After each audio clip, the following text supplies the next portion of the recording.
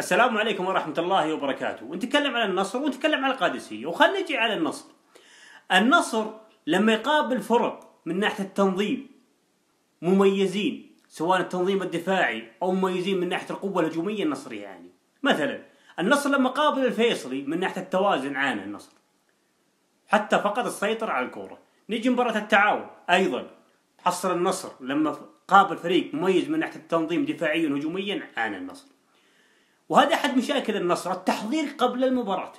لأن تكلمت بعد مباراة التعاون واضح أن في صدمة للاعبين والمدرب على قوة التعاون. لأن النصر، أعطيكم مثال مباراة التعاون، وين قوة النصر؟ قوة النصر عند البناء، بيترس وتحرك جيليانو. هنا مدرب التعاون لعب الضغط العالي عند البناء، أجبر النصر أن يلعب كرات طويلة. لما النصر يلعب كرات طويلة، من اللي ممكن يستلم كرة؟ فقط مرابط. أيضا تحت التنظيم العالي، هل فاز جماعة عنده خصائص أنه يمسك كرة ويحافظ عليها؟ طبعا لا، لأن فاز جماعة لازم مساحة عشان يستلم الكرة. الشهري عند الالتحامات والقوة والصراع البدني، هل الشهري بإمكانه يعطيك دور صانع اللعب يمسك كرة؟ أيضا لا. وبنفس الوقت الخطأ وين؟ إن الشهري صار بجهة اليسار، وهنا أصبح في شلل بالنصر من ناحية التوازن. والنصر أهم خط لازم يشتغل عليه هو خط نص الملعب، هو مسبب لنا أزمة. يعني لما يسوي مقارنة بين خطوط التعاون والنصر مثلا، يعني من مدافعين التعاون واحد منسق من الاتحاد والثاني مدافع شاب، لكن من يعطاهم قوة؟ أعطاهم نص الملعب من ناحية التنظيم والتمركز. عشان كذا نص الملعب النصر لازم يشتغل عليه. نجي على الأخطاء الفردية، عوض خميس والشهري. أنا أقبل اللاعب يخطي إذا كان يضغط عليه اللاعب وافقد الكرة، ولكن استلم الكرة وعندي المساحة واتخاذ القرار والعب كرة محرجة على مستوى نص الملعب عند إبراهيم غالب. حتى لو إبراهيم غالب طلب الكرة ما أعطيه. أنا بالنهاية قيس 5 لاعبين متمركزين من التعاون نلعب إبراهيم غالب. هذه مشكلة عوض خميس بالذات بالهدف. نجي على القادسية. القادسية على الأوراق 4-3-3، ولكن على أرضية الملعب 4-5-1.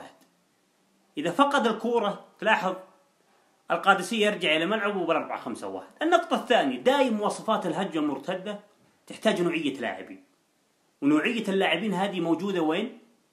عند لاعبين القادسية. يعني بال4-3-3 بالهجمة المرتدة دائم بسمارك وسلفا ومن تحتهم هلدون، هم أخطر 3 لاعبين من ناحية أدوار هجومية، ومفرغ 3 محاور أدوار دفاعية.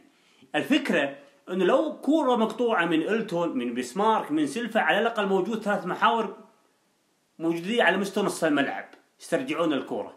عشان كذا باختصار لما نشوف القادسية بالهجمة مرتدة بال4-3-3 ودائما خلفهم 3 محاور ثابتين. القادسية بحالة الهجمة مع الخصم يتحول أسلوب القادسية من 4-3-3 إلى 4-5-1 وتقفيل المساحات من ملعبه. مشاكل القادسية، أول نقطة 3 محاور يتراجعون مع 4 مدافعين قريبين من بعض. التراجع هنا يعطيني المساحة.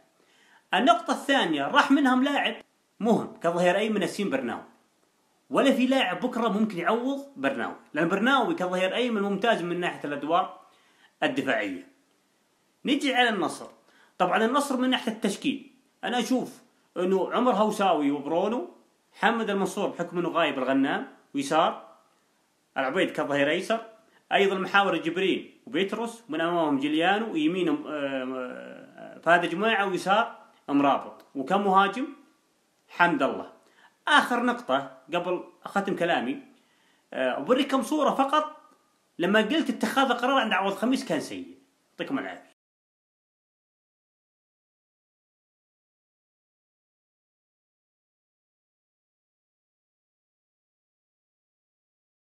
كمل. هنا تغيير اللعب راموس، لاحظ التمركز على مستوى نص الملعب. كمل. عوض خميس يحاول يبني هجمة، لاحظ عملية الضغط على غالب 5 لاعبين، استرجاع الكرة والتحول السريع واللعب خلف الغنام وبرونو، والهدف الأول. لاحظ